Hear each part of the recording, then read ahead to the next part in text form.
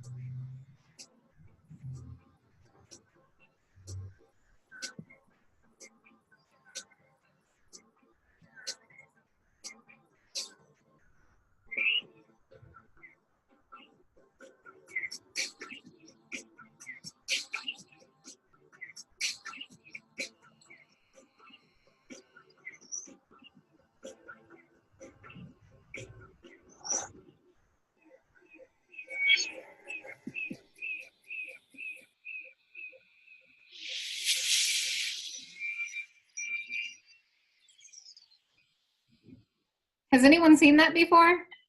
No. No. What do you guys think? Kind of scary a little bit. Get things done. With Monday.com, it's easy. So I think about the population and where it says where the population is, and it starts with Facebook. They're saying that's where the population is. That's where people are living today. People aren't living in a place. They're living on the internet. They're living on their phones. Wow. So I just, I play that because it's so powerful. It's so eye-opening to people who don't believe that sales happen online. Especially with attorneys, it's so B2B business, but now it's not just B2B, it's BID. So it's business to internet to business. And I think it's important. And I think if you have challenges in trying to get them to understand the importance of, selling social or online reputation, I would play that video for them and, show them what the statistics are and use the statistics. So, which I have an outline. I made a Word document outline that I'm going to send to you guys afterward that'll help you in the field. Right. Now that is equalman.com. Is that the It's the Socialnomics. So you just Google Socialnomics 2018 and it comes up on YouTube. It's the first search result on YouTube. Okay.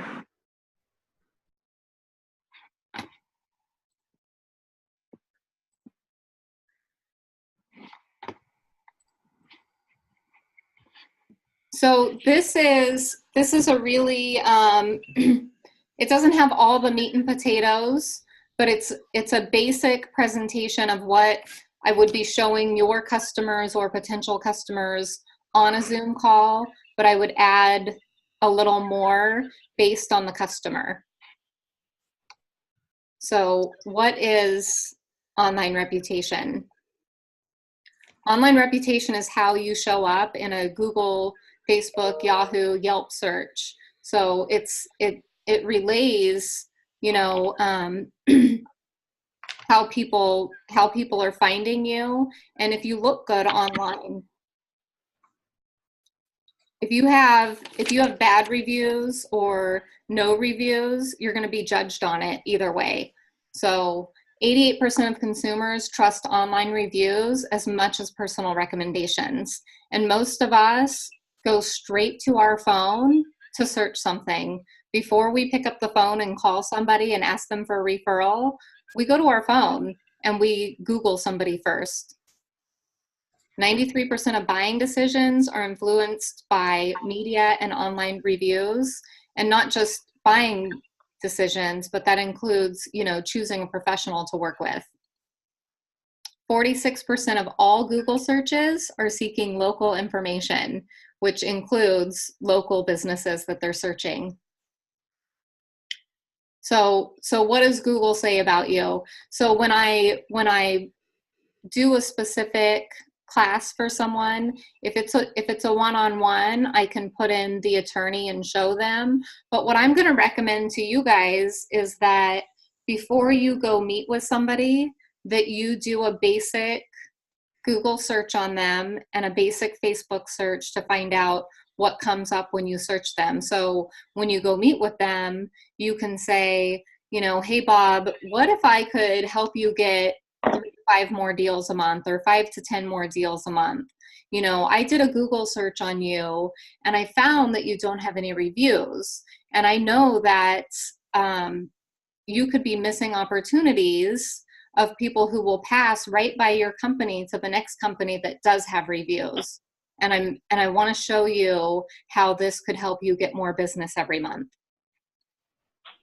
So how people search you, they're going to search your name followed by attorney or lender or whatever the profession is. And sometimes they're going to use your location. And then what shows up when they do this? So think about when you search for a restaurant, like when we were going out to dinner in New York, and we're looking to see if it's any good before we commit to going there, right? So what if nothing shows up? If there are no reviews, someone is going to be passed on to the next business that has reviews, because I'm not going to waste my time going into a restaurant that has 0 reviews and chance it being a really crappy restaurant, because if a restaurant is amazing, people are going to review it so that more people come there. What do we know? People will Google you. We live in a review-based world where we make large judgments on minimal information. You may not even know or ever know if someone disqualifies you, which goes to the point of being skipped over when you're searched and you don't have any reviews, or you have bad reviews. It's like not answering the phone when someone calls. When you answer the phone, it equates to having Google reviews. If you don't answer the phone, someone's going to just call the next number that they were given or the next number that they found. So business could just be passing by without ever knowing that these opportunities are being lost. What happens if you have bad reviews? So I actually inserted this slide after some of the feedback at the end of the presentation from yesterday. They had some questions on what happens if there are bad reviews. Why does it sometimes stay at the top? So my recommendation is, well, first of all, bad reviews will stay at the top based on algorithm. So if that bad review is being clicked on over and over and over, then it's going to stay at the top. What that means is most businesses are going to fret over a bad review. And I learned this the hard way, because with my last company, I had one bad review and I kept clicking on it and I kept getting angry about it and clicking on it and commenting on it.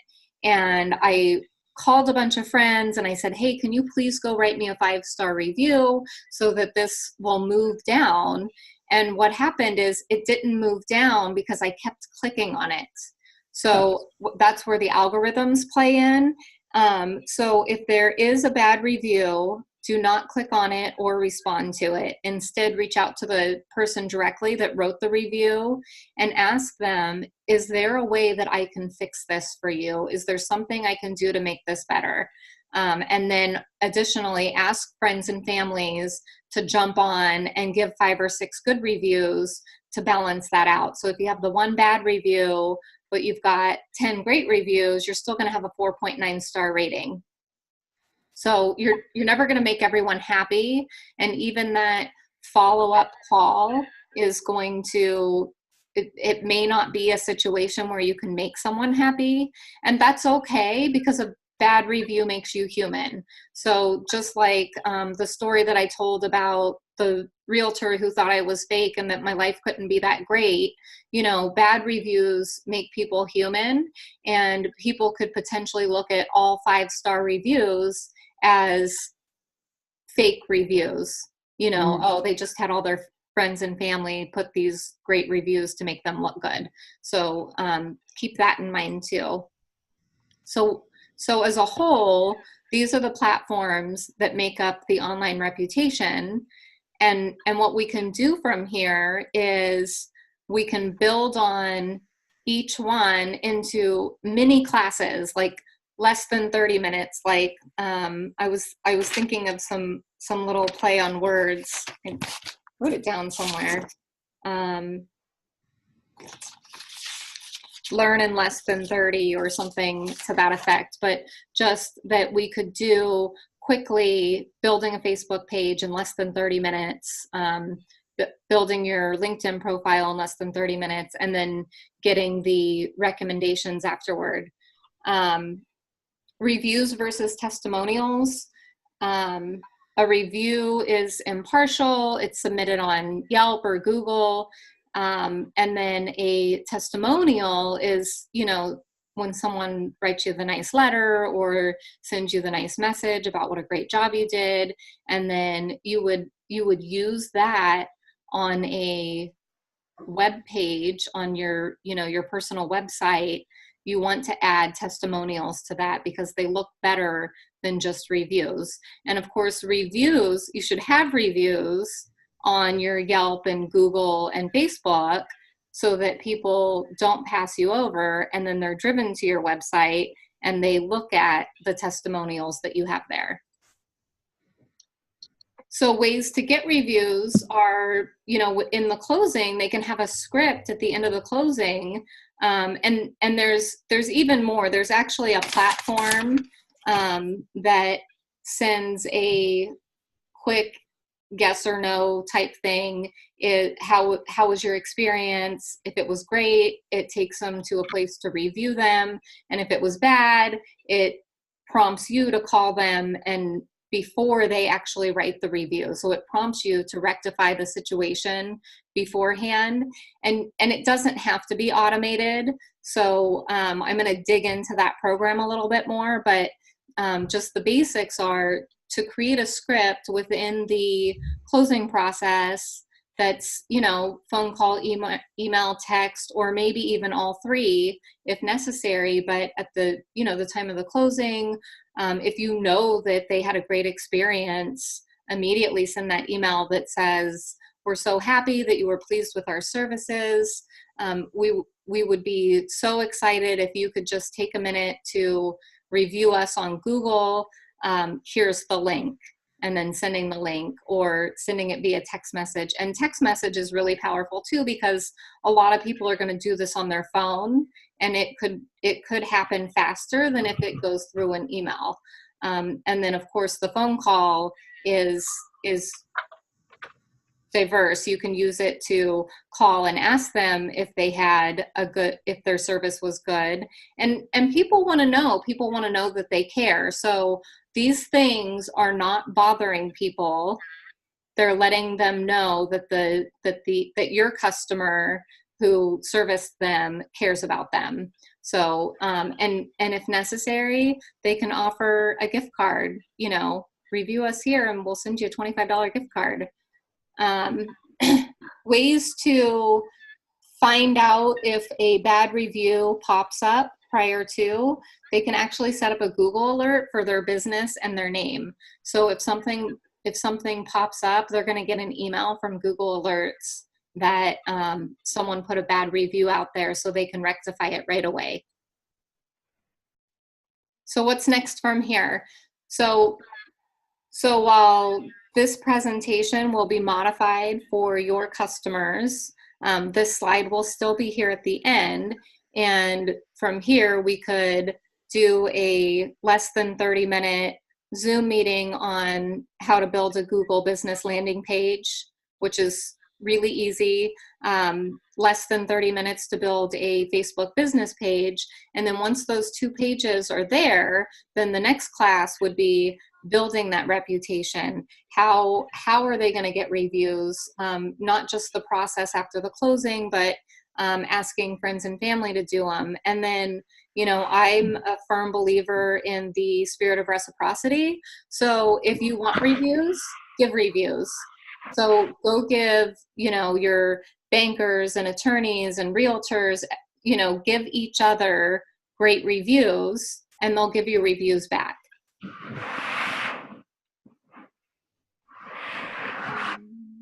That's the end. I'm trying to get back to where I can see you guys.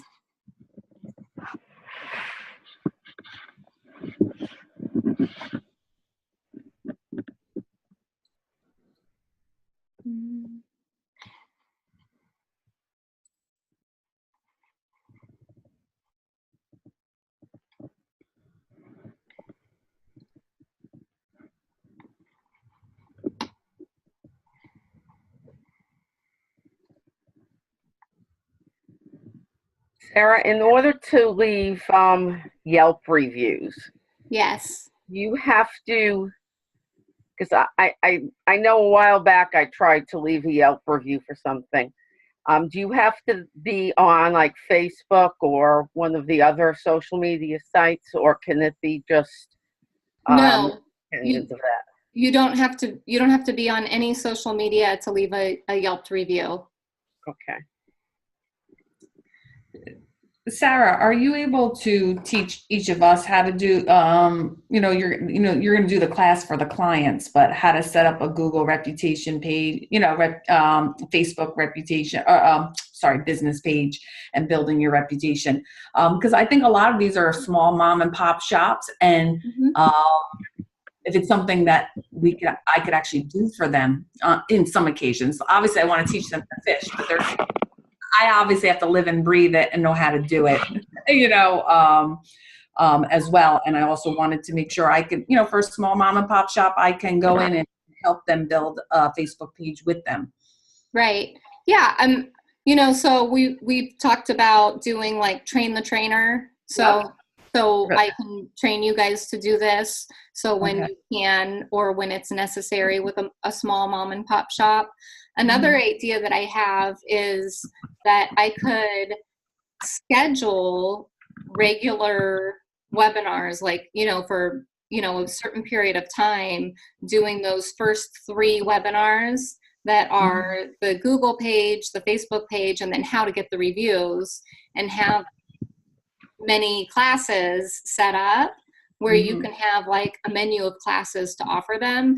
But I don't ever want you to not be there. So I always want you to keep that connection with the customer and always be on the call with them or on the Zoom meeting with them, because that keeps your, that one more touch of you in front of them, and that you're the one providing this value to them. No, I understand. No, I like that there's an option for you or for myself. I think that I would get more out of it if I actually knew how to do it and was there showing them. I don't know if that's too much for a novice like myself, but Right. Yeah, no. I plan on doing that. Okay. And then I'm going to share this with you guys. Sarah, it's Yes. Julie. It's Hi, Julie. Julie. So were you saying that you could do like a few webinars on each of those topics, and we can have agents join those webinars? Yes. Okay, so I like that idea. Yeah, because I then like that idea, but I agree with Krisha too that we or a few of us we need to know how to do certain parts of this to show the agents. But I like the little short webinars. right. And then if you go out and you teach someone, a small mom and pop, the basics of building a business page for Facebook or Google or whatever, and then you get stuck, you can say, oh, well, we can ask the expert. Let's jump on one of her Zoom meetings. Okay. That's great. Yes. But yeah, I like the idea of having like a schedule, like a preset schedule of webinars I'm going to be doing that are open to everyone, so that you guys don't have to go, all right, Sarah, are you available on this date? Or, you can just see that these are the dates that these are scheduled. And then another thing I'm going to do is have a calendar that you can also look at and say, I'm available to schedule whatever custom webinar you want me to do. Mm-hmm. So this Word document is just some powerful points for having that meeting with them that you can use as like a little guideline that I'm going to email you guys. Sarah, are you going to send us your whole can we get your whole presentation to just go back through and look at everything? I recorded this, so I'm going to send you guys a link to the recording in Dropbox. Perfect. I think that's a little more powerful because the slideshow itself doesn't have what everything that we talked about.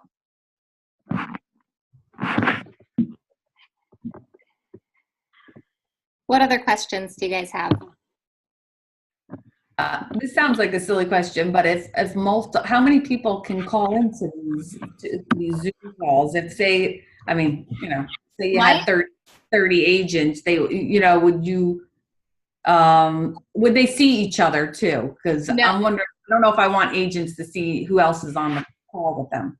So I can customize it to where people can't see each other. They will see the names. Okay. I'll dig in a little more to see if I can hide the names. But my account's set up where I can do up to 100 in a class. But they're not going to see each other's faces for sure. And I'm sure there's a way that I can hide the names that are on the call too. Okay. Krisha, I think that I agree with Krisha. That would be good if you could hide the names even. I'll figure out how to do that. Yeah, just because the competition will know what the other competition is doing, and yeah. Right. And if they ask you, if they say, Krisha, who else are you showing this information to? Are you sharing this with everyone? Because my realtors would ask me that all the time. And I would say, yes, Krisha, I am sharing it with other agents, but they're not going to do it. Only the top percentage, only the true professionals like yourself are actually going to execute this. Got it. Okay. Which is true. And they may be in the lower percentage of people that aren't going to execute it, but that's what I tell them. Exactly. They're going to be left behind. Yeah. Okay. So I guess my next question is when will be our first class on how to do a Google page or a Facebook page, or will that be in the beginning of the new year? yes, I'm going to work on getting it set up to where I have Zoom meetings scheduled between all of my travel dates. Okay. So I'm thinking,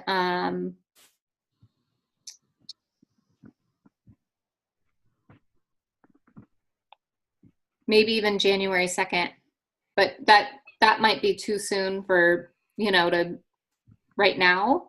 Okay. I'm available. So if you guys have anyone on that date that you want to do anything with that happens to come up, but we'd be looking at the week of the 14th. The week of the 14th. Yeah, that sounds better, because I think the second, a lot of people tend to be just kind of getting back into the swing of things. Or hungover. I guess it depends.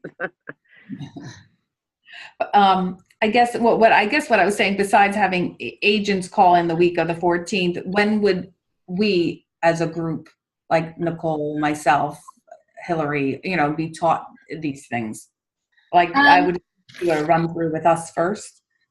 Yeah, we would do that the week of the 14th as well. Okay. Maybe the 2nd. I don't want to put too much. Yeah, I'm not pressuring. I just want, I just like to know the how things are progressing. Like, we take a class first so we know what our clients are going to be seeing, before we introduce them. For me, I would like to,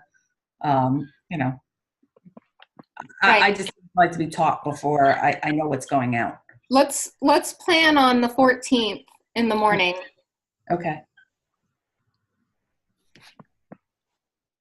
I'm gonna block my calendar out Okay. from 10 to 1. Okay. And then Okay, we'll see as we get closer what works. Okay. Great. Thank you. Wait, I'm a little confused. So on the 14th, is that for internal or for? Yes, internally. Okay. So you Got guys can see it before I start presenting to your customers.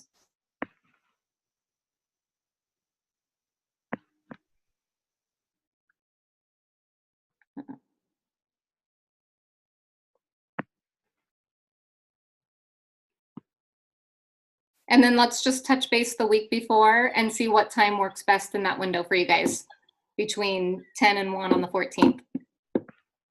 Okay, great. Okay. Anything else? No, not for me. No, not for me. I want to take a look at everything again, and I'm sure I'll have questions later. But Okay. It'll take a few minutes for the Zoom to process and record, and then I'll send it out to you guys. great. Thank you, Sarah, so much. Thank you. You're welcome. Thank you very much. You guys have a happy holiday. And a great Same weekend. to you. Bye. Yes. Happy Bye. holidays. Bye-bye. Bye. Thank you.